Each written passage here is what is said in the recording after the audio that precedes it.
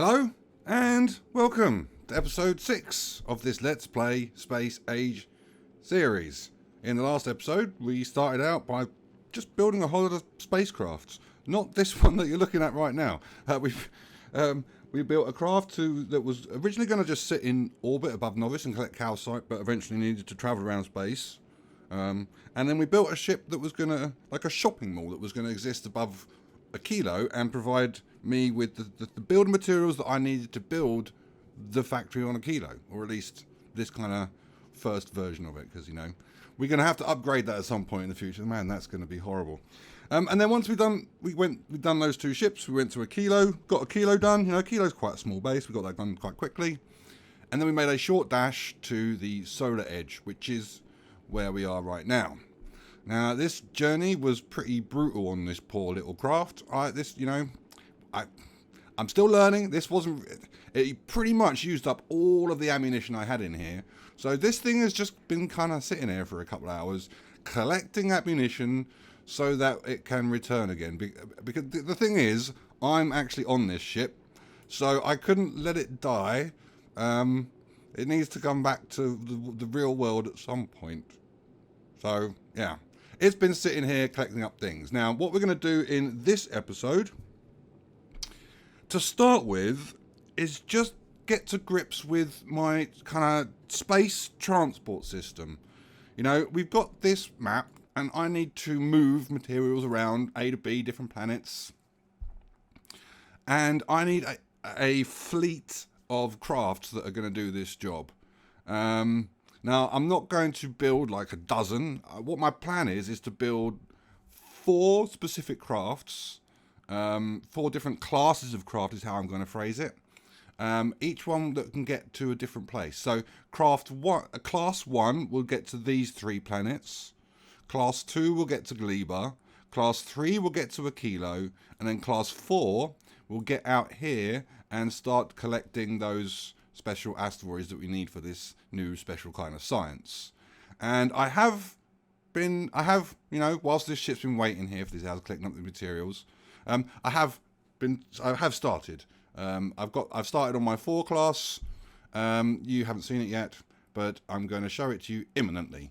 And then once we've done the 4, thing is, I did the same thing that I do with the space. I've done with all of the spacecrafts up to now, which is that I set out and I didn't really know what I was building. So I set out to build the first class of spacecraft, and then it kind of got away from me, and it became the most advanced, because that's the one that's really exciting to me, you know. The most advanced, all of the weapons, all of the gear, all of the stuff, that's really exciting. So the idea is if I build this one and then I scale it back to get those other classes, I think that's kind of where my mind is going with it. Anyway, let's get on with it. Let's do some spaceships.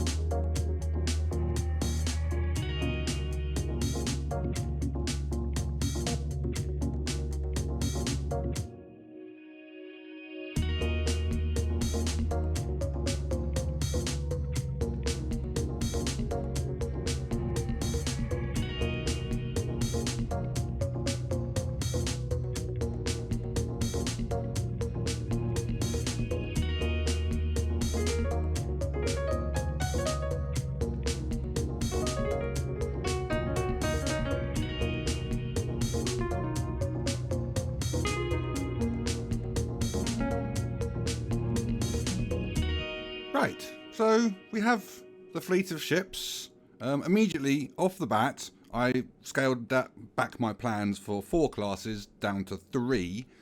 The reason being that I figured we may as well include Gleba. You know, this first class, you know, what we were actually dealing with these classes is, okay, first class is gun turrets, second class is gun turrets plus rocket turrets, and then third class is all rocket turrets, gun turrets, and the railgun. So, you know, in that sense, if you just deal with it with the weapons that we're putting on the ship, then Gleba can be accommodated within the rest of it. So I've done 3 classes of ship. I've done the first class, which will do these 4 planets, the second class, which will get to Aquilo, and then the third class, which will get to the Shattered Planet. So let's go through the 3 of them. We'll start at the big one. This is the one that I started with. This is the one that's going to go to the Shattered Edge, hopefully. We'll see, you know, still experiment. I don't know whether this is robust enough. I mean, it's big, it's definitely big. They are getting away from me a little bit. But I suppose the key feature of this ship is this thing right in the middle, which is, you know, me being a little bit worried about bringing biters up here. You know, the biters, there's going to be a lot of them, potentially, biter eggs. They could hatch at any moment, and I'm just a little bit worried about them hatching on my precious base. So, yeah, I think I've got enough gun turrets to do the job. I think potentially I've overdone it. But I do quite like this inner ring where I've kind of created this kind of structure of these silos. I like the layout of this. And to be honest, I like the layout of a lot of things that I've done on here. So we've got the nuclear powers like in the middle at the bottom. I mean, it kind of sticks out a little bit. I don't think I'm in danger of it being damaged. But that's a really nice place to put it, right in the middle.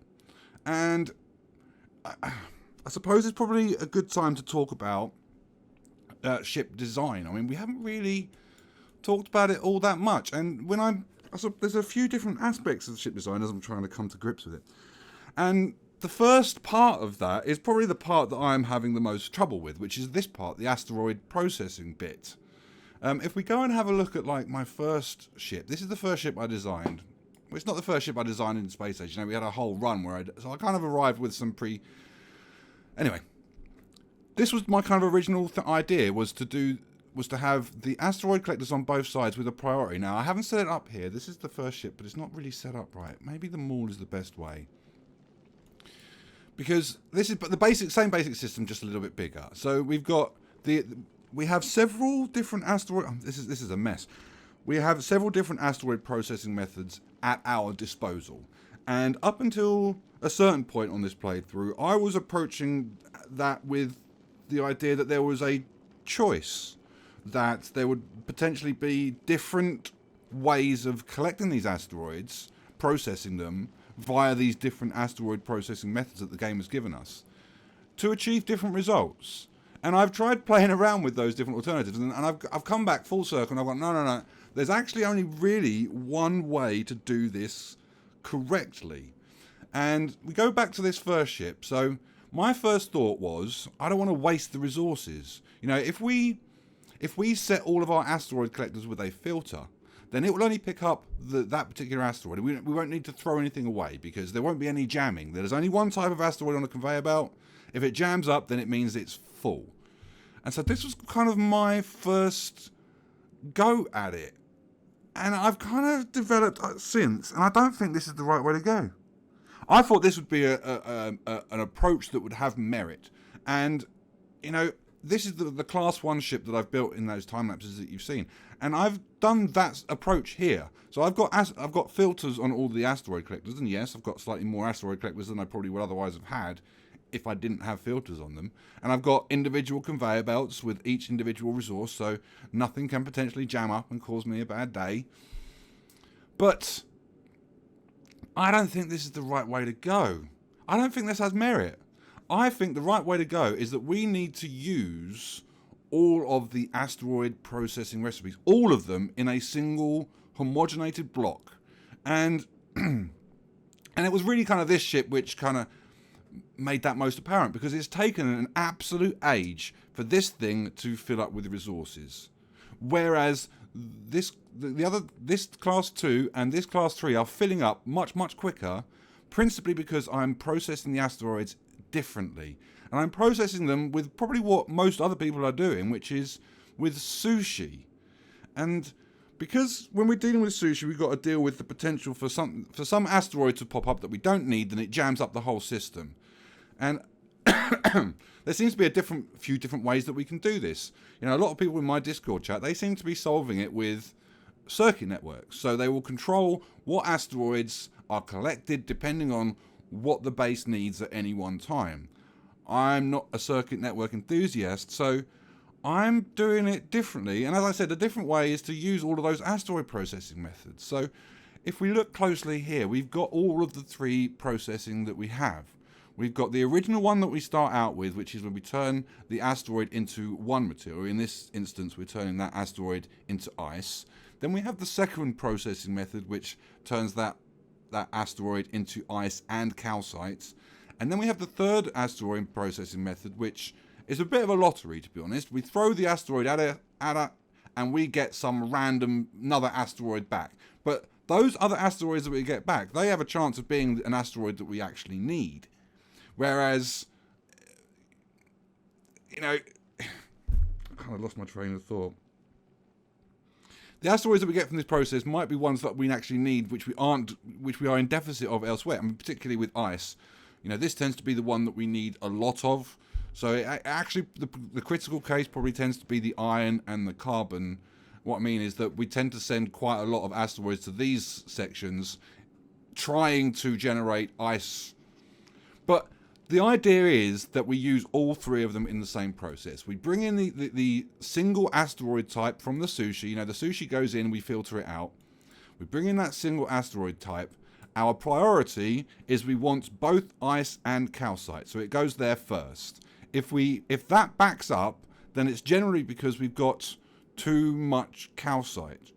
And so it goes to this third method, which only produces ice. So if we've got too much calcite, this will jam up. It will send the asteroids to this process, and this will give us ice. If all of this jams up, which it is at the moment, then it sends the asteroids to this lottery process and potentially generates one of the other asteroid types that we might need, which in this moment in time, you know, it looks like we're actually full of everything in this particular factory. So, or maybe not. We need some carbon over here. So that's probably what it's doing. So the end result that I've come to is that all of these factories up in space need to be sushi. This process of having filters on the asteroid collectors, I don't think it has merit. Principally because things jam up. You know, I know it's not at the moment, but ice. There was a long time where this base needed ice, and it had plenty of carbon and iron, but it had no ice, and it would have been really nice to be able to repurpose that into maybe repurpose some of the iron or the carbon asteroids into the ice. So to go full circle.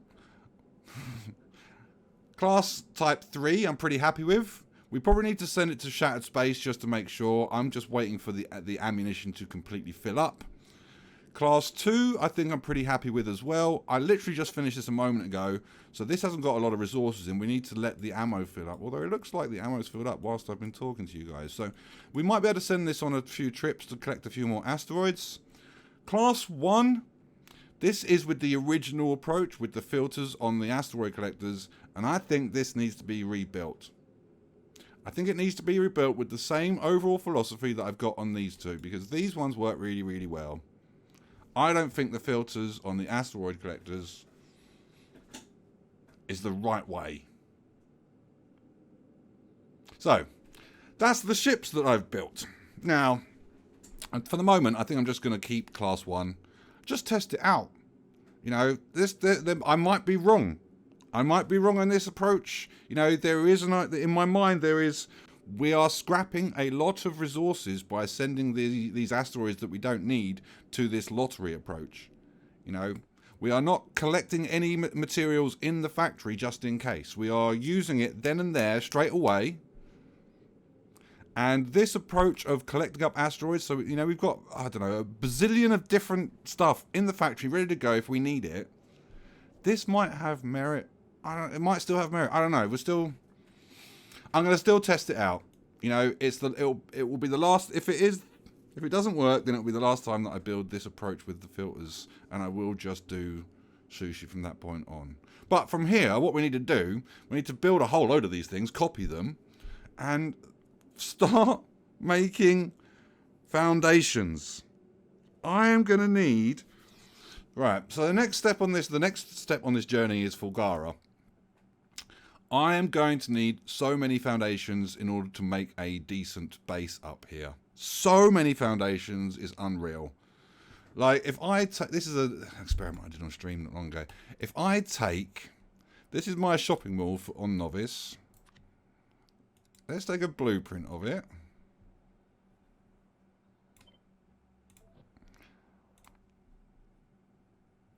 Where would I put this? You know, that's what's on my mind. I'm going to need a shopping mall about this size, I reckon. Probably a little bit smaller, to be honest. I'm probably be overdoing it a little bit. But this has got to go somewhere. And the only way it really works is if it's square. If it has to start spaghettiing, then it becomes even bigger. So, you know, without a whole lot of foundations, this is a no-go for me. I can't do anything on Fulgara with any great seriousness. So, primary target is to start sending a whole load of materials to Aquilo just to make foundations. And the thing is, foundations, it's not a nice recipe. Really just hideous. What is it we need? Where is it? There you are. Stone, tungsten plate, carbon fiber, and lithium. So stone, I suppose, stone can come from Vulcanus, as can tungsten plates. We need something from Gleba. And lithium plate we make here. I need like 2 or 3 crafts to get this recipe going. And I'm going to need thousands of these foundations. Thousands and thousands and thousands. I don't know how long this is going to take. I don't know how long I'll have to wait for it to do its job. Even once these systems are set up, I might have to go and do something else in the meantime.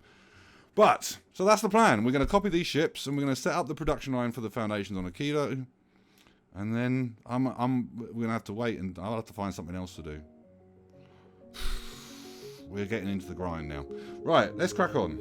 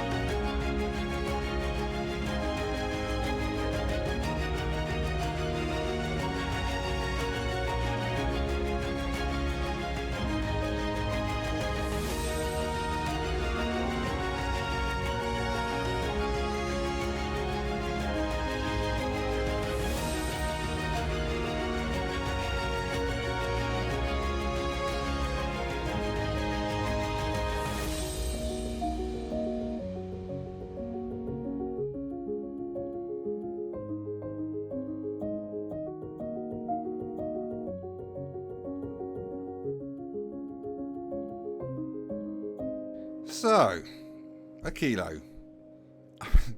This planet has been a frustrating experience. I mean,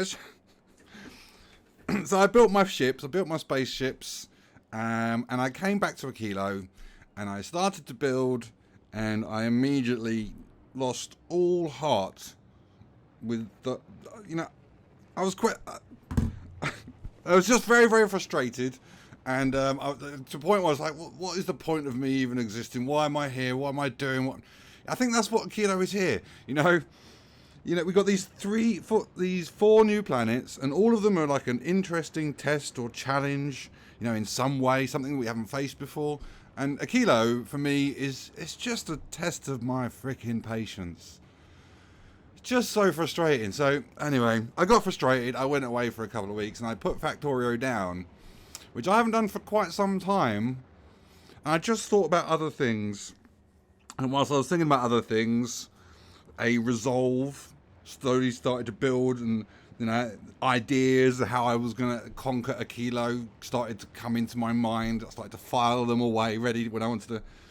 So anyway, here we are. I've done it. I've done the thing, and it's working really well. I mean, so one of the things that I went away with was I was like, okay, this small little factory that I've got down here, this isn't really doing. I mean, it's doing the job, but it's not. We need more efficiency. I'm really conscious of this patch of oil. I think this was at like 4,200% or something when I landed here. And I don't want to have to just run straight through it. I know that kind of trying to build some kind of railway system in here to deliver oil, that's gonna be painful. So I wanted to try and come up with a way of stretching this stuff as much as possible. And the way to do that is to use these cryo plants with as many productivity modules as possible. And that means we need more cryo plants because they go slower. So it just becomes big. But, it's doing exactly what I wanted it to do, really, all things considered. It's working really, really well. I'm really, really happy. So one of the other ideas, in my mind while I was away, I was like, okay, so if I build a big factory, let's say this thing starts getting some real serious scale, how are we going to heat? I need a system to be able to heat these pipes. I need a way that I can just plonk down any heating anywhere I want. So I've kind of left this kind of middle bay clear with fuel either side, and then wherever I need heat pipes in order to maintain this the heat in the system, I just plonk down a few extra heating towers. They can feed off of these two belts. This has worked really, really well as well. Really, really good. Really happy. And we're making all of the things. The one thing why all of this is so important was the freaking foundations that we're going to need for Fulgara. So we've got a pretty decent setup here, and it's been going a while, and we've got a really nice amount of them. Now, the whole thing has kind of stopped working, mainly because of the tungsten beams, which we've not necessarily run out of, but Vulcanus, the patch of coal that I was mining, is now completely gone. So I've got no rocket fuel. I can't get any of it off the planet. We'll come back to this in a moment. This is pertinent. So we've got the foundations, which is the thing that I wanted to get going, and I've got my 2 class ships. These are the ships that I were built at the beginning of the episode. I've been able to make 3 of them. We've got 3 of them, all identical copies. So my idea is that one of them will go to each planet and pick up the things that Aquilo needs, with Novice potentially stopping off at Gleba and picking up carbon fibers. So it's kind of doing 2 jobs. And it's been it was working really, really well right up until the moment I ran out of tungsten plate. And that's why I've got all of these nice foundations. The factory here, freaking excellent. And I've already started getting these foundations up into space, ready for Fulgara. It's one thing making the foundations. That's going to take a significant period of time. And then it's another thing entirely to get that stuff up into space. So we've got a couple of thousand of them now. We may as well get some of that up there whilst we're waiting, because we've got a lot to do, whilst we build up these foundations and deliver it to the pertinent places. That one other thing, we also got stuck into power, and this obviously I didn't appreciate it when I built it, but this obviously means that we're not drawing as much oil out of the system anymore. Whereas on the old little factory, we were making power out of the solid fuel blocks. Now we're just making it out of stuff. I suppose we're still using the fuel blocks because the fuel blocks go into the liquid, but the liquid it's 1-to-1. We get the same back. Anyway, this is producing more than enough power than we'll ever need. Whatever outpost system I'm going to build, because this is still in the back of my mind, this is the other thing that I was thinking about while I was away on my little hiatus, was how am I going to kind of join outposts to this thing. There's two things that we need on any outpost. We need heat and we need electricity. And I think electricity, I'm going to just run some cable lines over the ocean. I don't see any reason why we can't do that. That's really, really simple. The power poles don't need heat. They will work fine without any heat. So, and then I'll need a separate system that kind of picks up and collects the solid fuel. Now, the first outpost I'm thinking about is probably down here for the oil.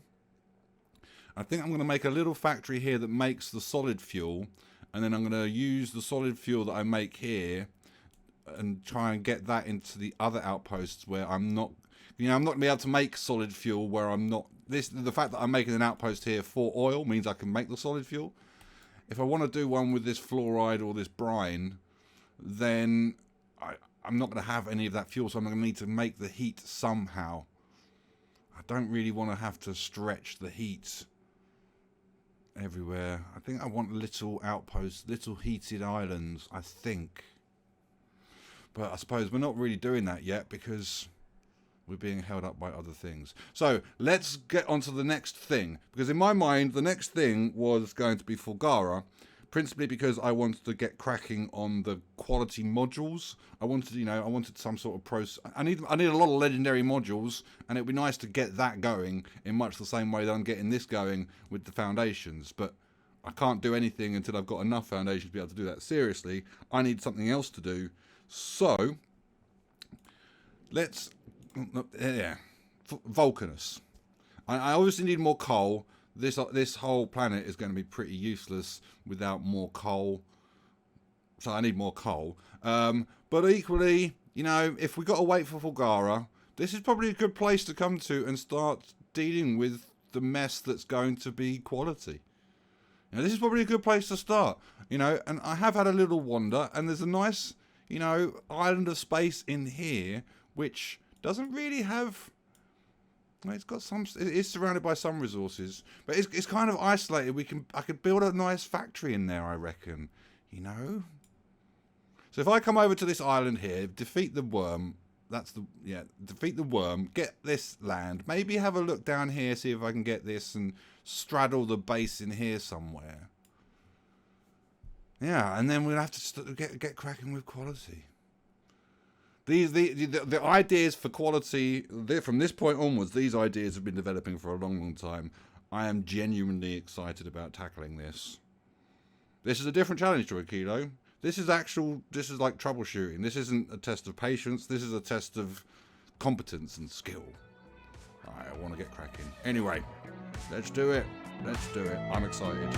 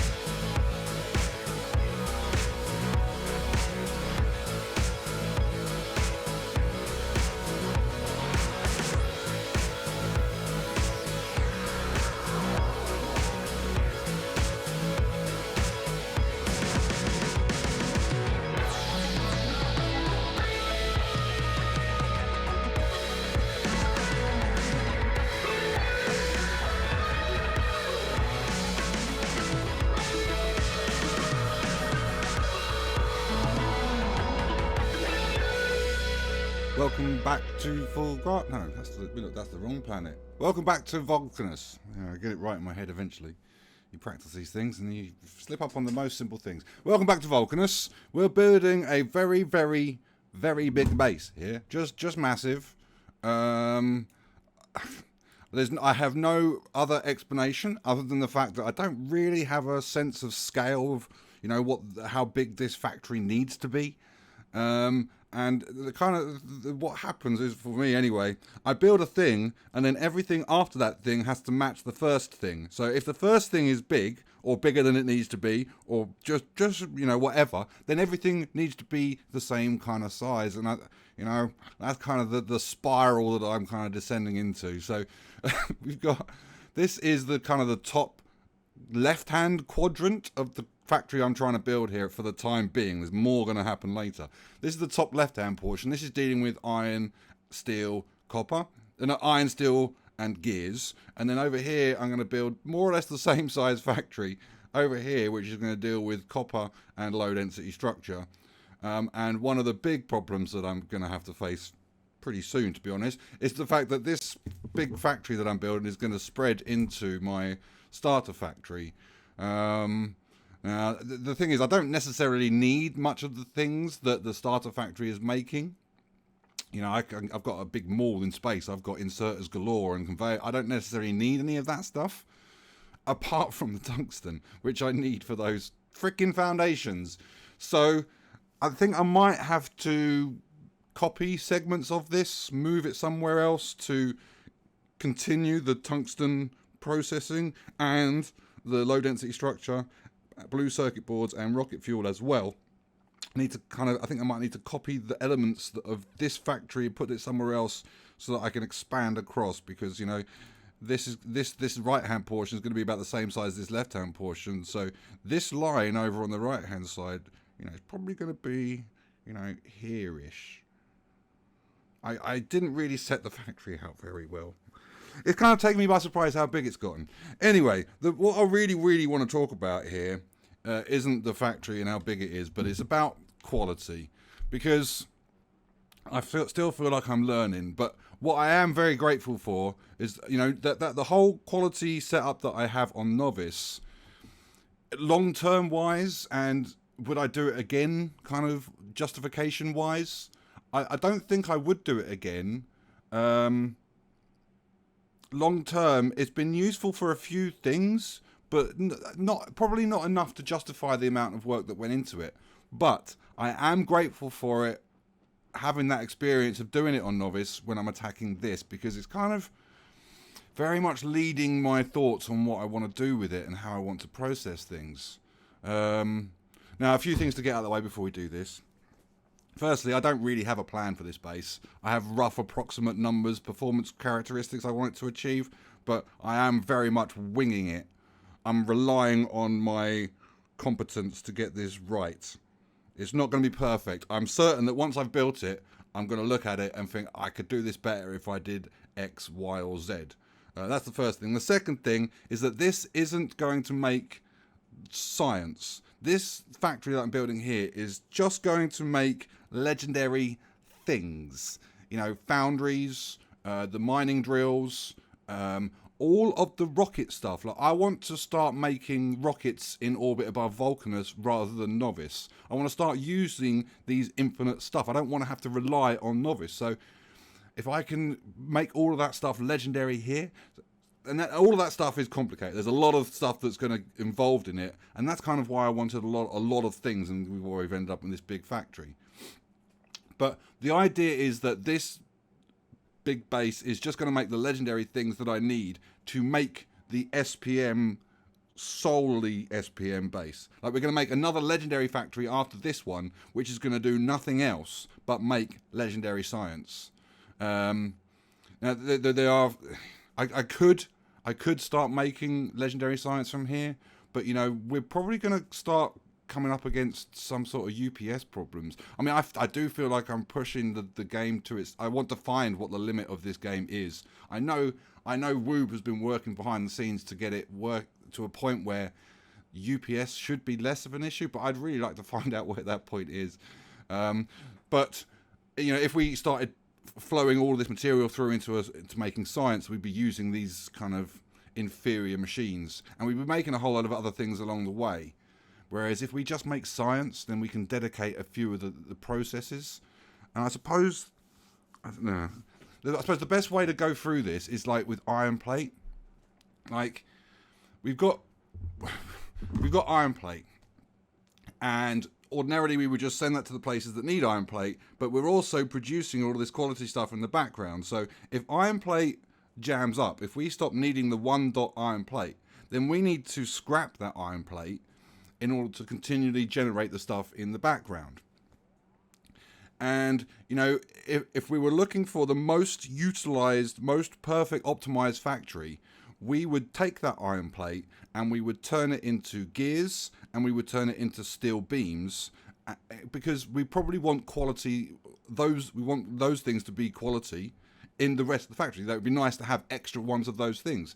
But, you know, my problem is that, well, firstly, the way that I'm dealing with the iron plate is that I'm turning it into iron boxes, because that seems to be the quickest, most efficient way.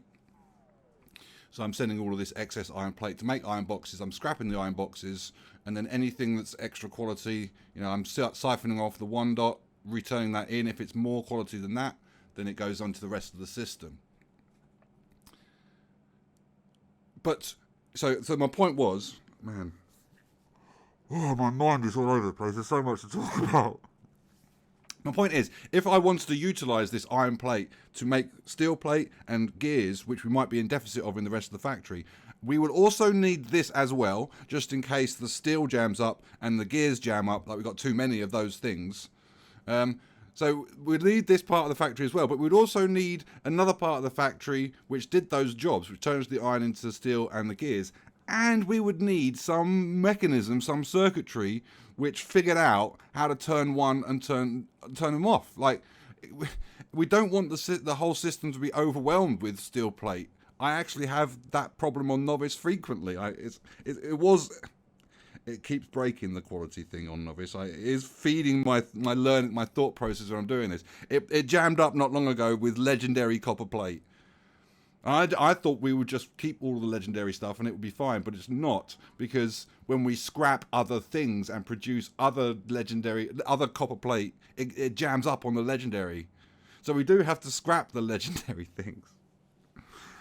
I'm not actually doing that on this base at the moment. I am keeping the legendary things. I don't want to find myself in a place where I'm scrapping them, but I think I'm going to have to at some point. I have got enough space in here.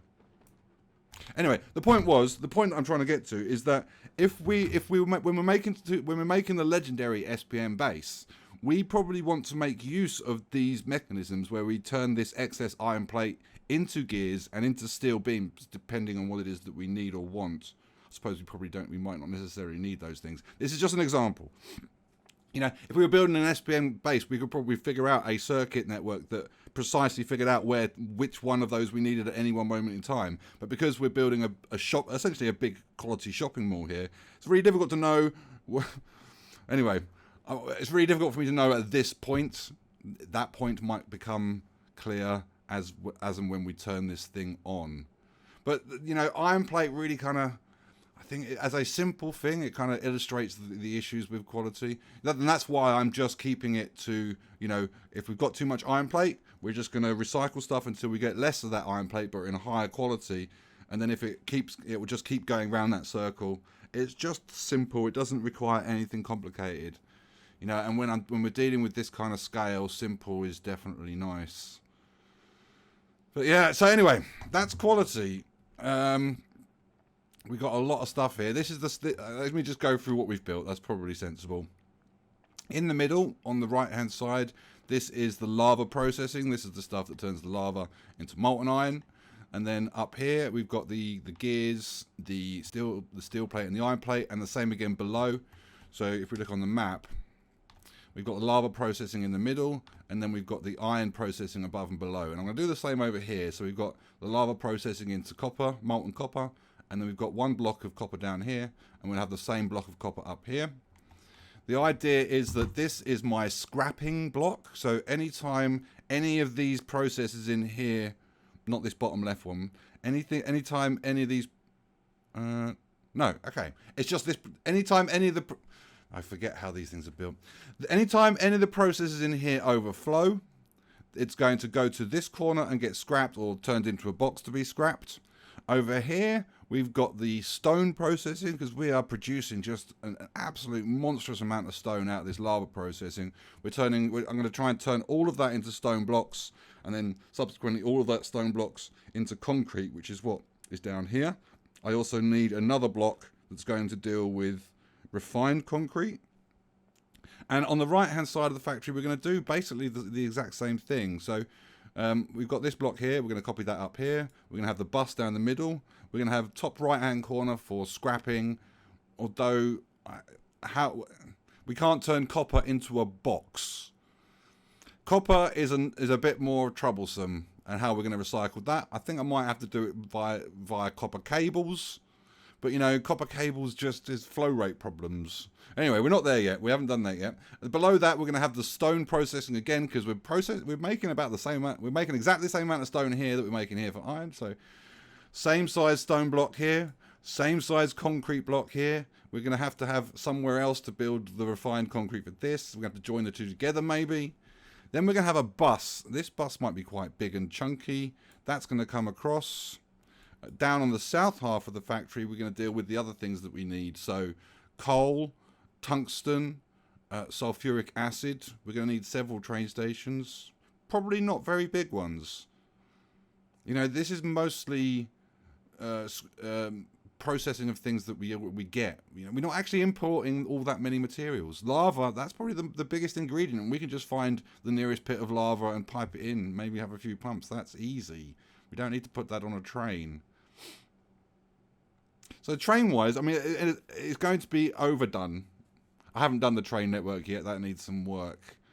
But, you know, this is barely, I don't know, a third? Maybe a third. Not including the shopping mall. You know, we're going to still build a shopping mall over here. It's getting so big.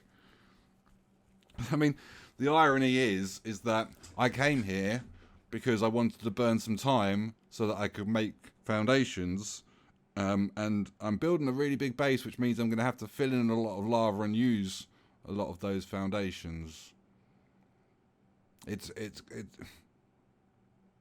Every time I fill in a lake of lava, it kind of kills me a little bit. I just imagine all of the work that went into each piece of that foundation. It's just astronomical. Absolutely astronomical. Anyway, we got more building to do, but not in this episode. That is it for today. Next episode, we're just going to finish this. I would imagine we're going to be here a long time. Not just to build the base, but also because we've still got to wait for enough foundations for Fulgara. That is still a pretty big target. I want to get that started pretty soon. But, you know, we kind of held back. We can only do what we can do. Anyway, that's it. We're going to call it a day. I hope it's been good. Till next time.